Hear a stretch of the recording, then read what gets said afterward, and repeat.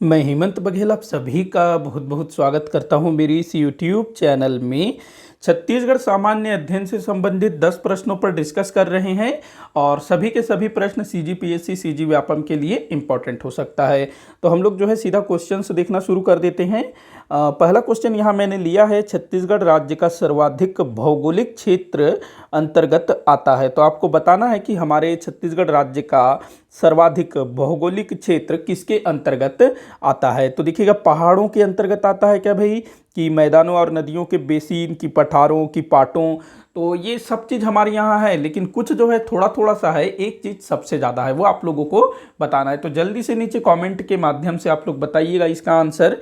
तो देखिएगा, अगर पहाड़ की बात करूँ तो जो उत्तर और जो दक्षिण वाला भाग है उसमें हमको पहाड़ देखने को मिलता है। ऐसा नहीं है कि वहाँ पर पठार नहीं है, मैदान नहीं है, मैदान भी है, पठार भी है, लेकिन पहाड़ जो है अधिकतर हमको उत्तर और दक्षिण में देखने को मिलते हैं, थोड़े से पश्चिम में भी और थोड़े पूर्व में भी देखने को मिलते हैं। लेकिन ये इसको हम लोग अधिकतर नहीं बोल सकते। यहाँ क्या बोल रहा है, सर्वाधिक भौगोलिक क्षेत्र, तो सर्वाधिक नहीं बोल सकते। पठार भी हैं हमारे यहाँ, पाट भी है हमारे यहाँ, लेकिन हमारे छत्तीसगढ़ का जो सर्वाधिक भौगोलिक क्षेत्र है ना, वो मैदानों और नदियों के बेसिन के अंतर्गत आता है। छत्तीसगढ़ का मैदान हो गया, जिसको महानदी का मैदान या फिर महानदी बेसिन के नाम से भी जाना जाता है।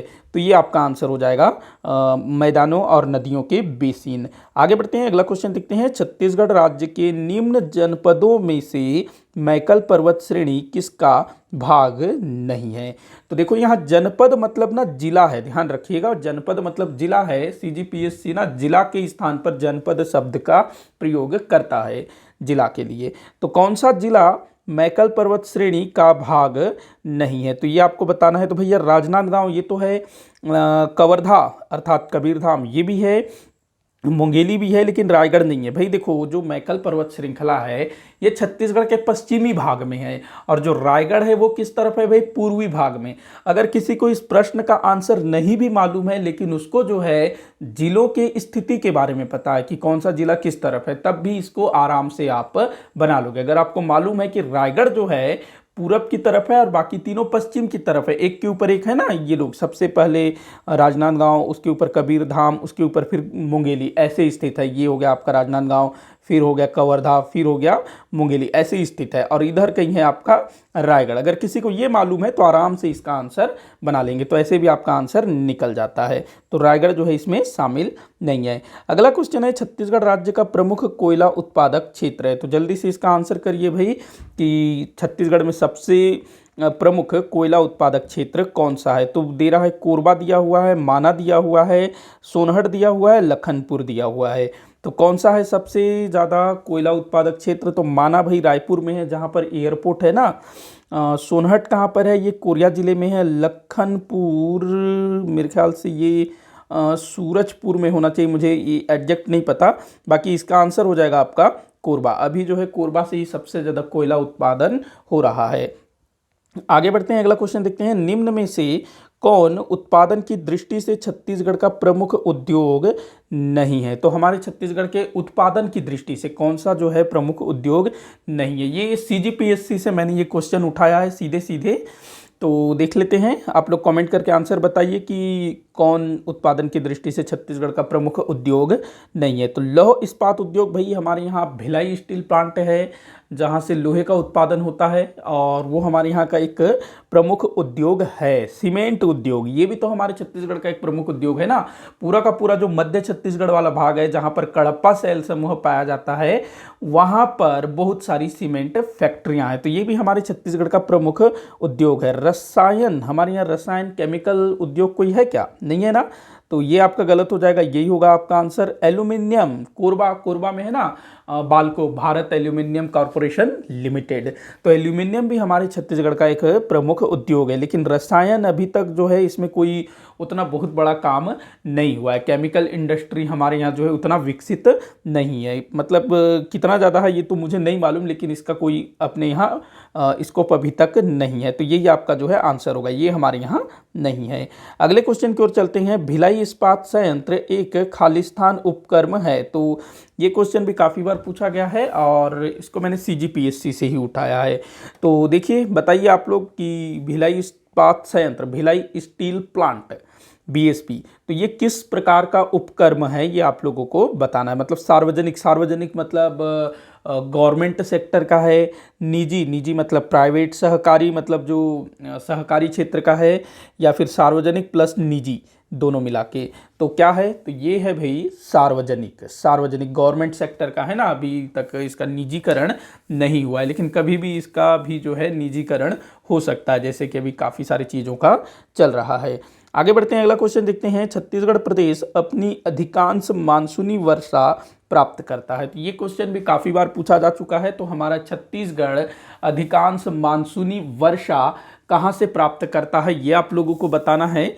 तो देखिएगा, हमारा जो छत्तीसगढ़ है ये कहाँ से अधिकतर वर्षा प्राप्त करता है, पहले तो आप लोग इसका आंसर लिखिए जल्दी से जल्दी। देखिए, मेरे बोलने से पहले ही आप लोग जो है ना कमेंट बॉक्स में, या फिर आप चाहें तो सादे कागज़ में भी आंसर लिख सकते हैं। इससे आपके दिमाग में आंसर जो है एक तरह से बैठ जाएगा। तो जल्दी से इसका आंसर बताइए कि हमारे छत्तीसगढ़ प्रदेश में अधिकांश मानसूनी वर्षा कहाँ से प्राप्त होता है। तो ये कहाँ से होता है भाई, बंगाल की खाड़ी से। कहाँ से, बंगाल की खाड़ी से अधिकांश मानसूनी वर्षा प्राप्त होता है। आगे बढ़ते हैं, अगला क्वेश्चन देखते हैं। छत्तीसगढ़ की हसदो घाटी विख्यात है। छत्तीसगढ़ का हसदो घाटी, जल्दी से आंसर करिए। तो छत्तीसगढ़ का हसदो घाटी, हसदो घाटी मतलब जो हसदेव नदी है ना, हसदेव नदी की जो नदी घाटी है उसके विषय में पूछ रहा है कि वो काहे के लिए विख्यात है। तो यहाँ पर खनिजों के नाम दिए हुए हैं, लौह अयस्क खदानों के लिए। तो जो हसदेव नदी है उसके आसपास, जो हसदेव नदी जहाँ से ऐसे प्रवाहित होती होगी, तो ये हो गया उसका घाटी वाला क्षेत्र, ये पूरा आसपास का जो क्षेत्र है। तो हसदेव नदी घाटी का जो क्षेत्र है वो किस खनिज के लिए जाना जाता है ये आपको बताना है। क्या उसके आसपास लोहा मिलता है, नहीं मिलता है, तो ये तो नहीं होगा भाई। कोयला मिलता है, जी हाँ बिल्कुल मिलता है कोयला, ये हो सकता है क्या, यही है। बॉक्साइट, बॉक्साइट भी मिलता है लेकिन उतना ज़्यादा नहीं जितना कि कोयला मिलता है। तो यही आपका आंसर होगा, कोयला, कोयला खदानों के लिए विख्यात है। अगला क्वेश्चन है, छत्तीसगढ़ की दलीराजहरा खदानें प्रसिद्ध है। तो बताइए जल्दी कि छत्तीसगढ़ की दलीराजहरा क्यों प्रसिद्ध है। तो देखो, सबसे पहले आपको ये याद रखना है कि जो दलीराजहरा है ये बालोद जिले में स्थित है, दलीराजहरा। और ये क्यों प्रसिद्ध है, तो लौह अयस्क उत्पादन के लिए।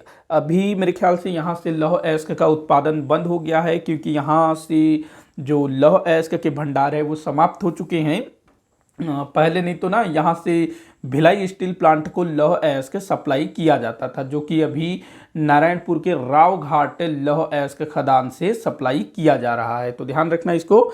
आगे बढ़ते हैं अगले क्वेश्चन की तरफ। अगला क्वेश्चन है, वर्तमान में छत्तीसगढ़ राज्य में जनपदों की संख्या है। देखो, जो पीएससी है ना, सीजीपीएससी, वो जिला को जनपद लिखता है, ध्यान रखना, जिला को जनपद लिखता है। तो जनपद जो विकास खंड होता है, ब्लॉक होता है, उससे आप कंफ्यूज मत होइएगा। एक बार अंग्रेजी में जरूर चेक करिएगा, अंग्रेजी में वहाँ आपको डिस्ट्रिक्ट मिलेगा।